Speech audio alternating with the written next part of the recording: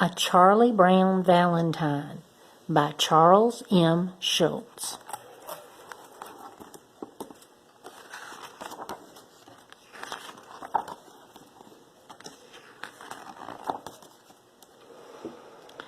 Valentine's Day is around the corner. Charlie Brown and his friends are busy preparing for the big day and hoping to receive Valentines of their own.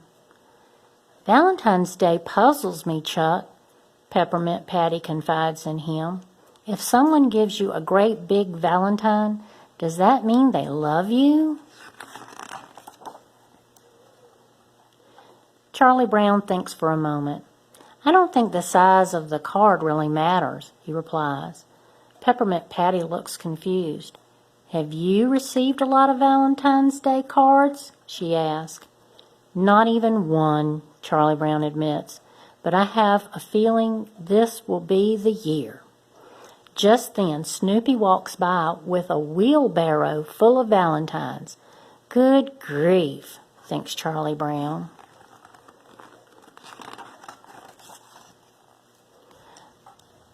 For Charlie Brown, Valentine's Day is just like any other day. As usual, he has a particular special someone on his mind. I'd give anything to be able to talk to that little red-haired girl, he says to himself at lunch as she walks by. The amazing thing is, I know I'm the kind of person she would like. I'm not the greatest person who ever lived, of course, but who is? It turns out someone does think Charlie Brown is special. Marcy. She is making a Valentine for him. When her friend Peppermint Patty finds out, she is surprised. You can't do that. He'll think you like him, Peppermint Patty tells Marcy. I do. I'm very fond of Charles, Marcy replies. That's when Peppermint Patty realizes she likes Charlie Brown too. After school, Marcy walks to Charlie Brown's house and asks him an important question. I may or may not be sending you a Valentine, Charles, so I need to know something.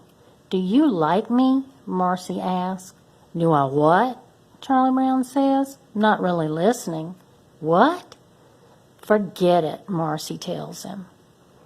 Marcy tells Peppermint Patty she isn't giving a Valentine to Charlie Brown. After all, the next day, Peppermint Patty walks home with Charlie Brown and stands by as he checks the mailbox. When he sees an envelope inside with his name on it, his face lights up.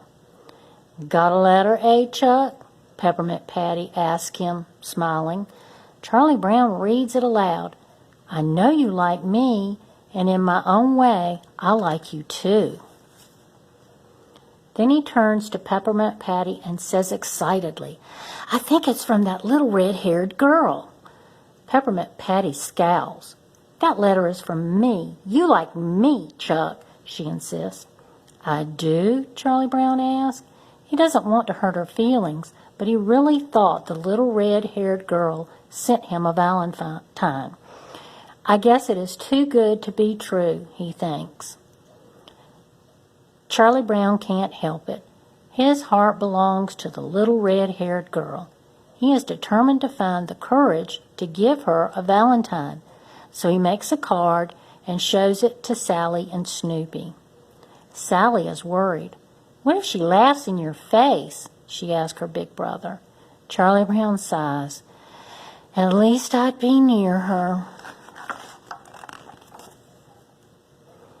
Charlie Brown asks Snoopy to help him practice delivering the card.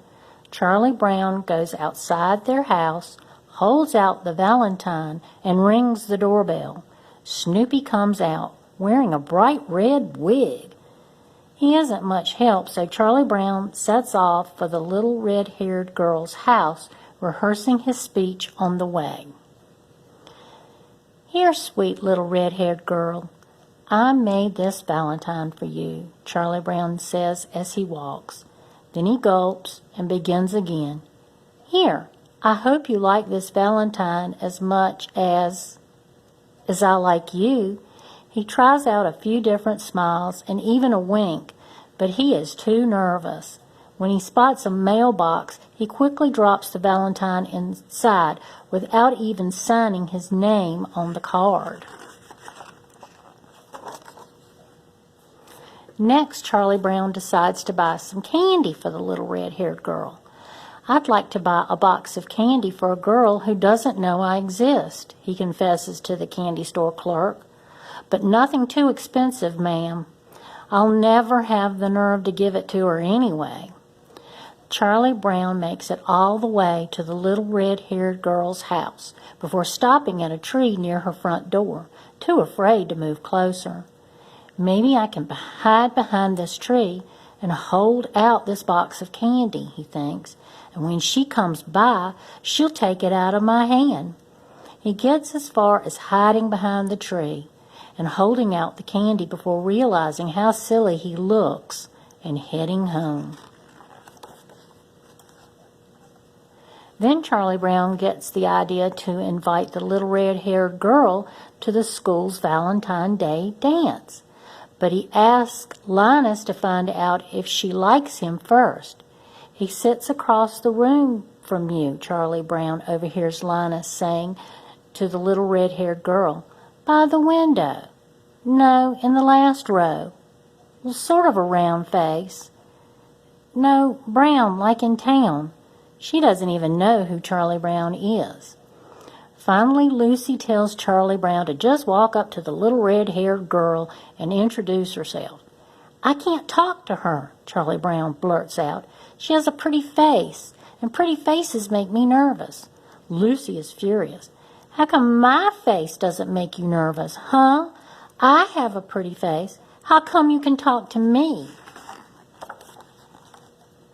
So Charlie Brown runs away and decides to ask Sally to deliver a note since he had trouble before.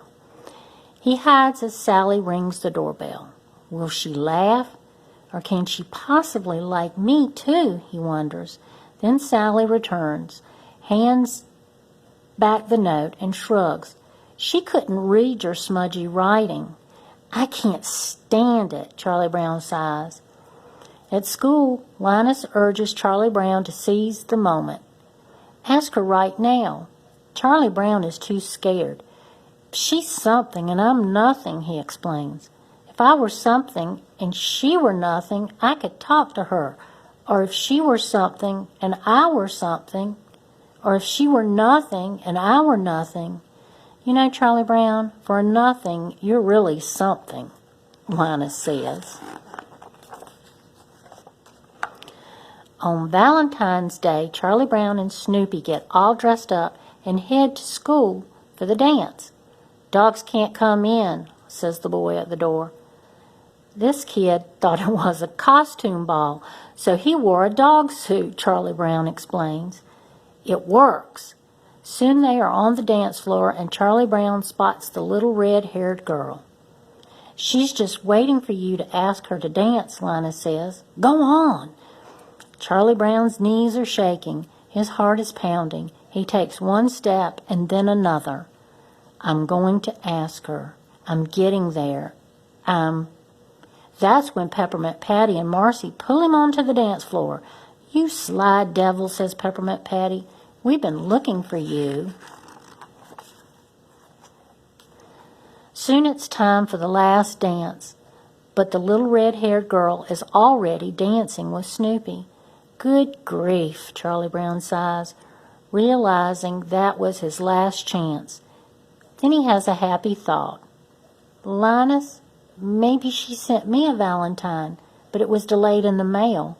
Maybe it's in the mailbox right now. A real fancy Valentine with lace." So the next morning, Charlie Brown opens the mailbox. And Snoopy pops out and gives him a big kiss. Snoopy hops to the ground and starts dancing. Then Charlie Brown and Linus are dancing too. Charlie Brown is disappointed that the little red-haired girl didn't send him a Valentine, but he is happy to have such good friends. Besides, there's always next year, he thinks. It is a very happy Valentine's Day after all. The end.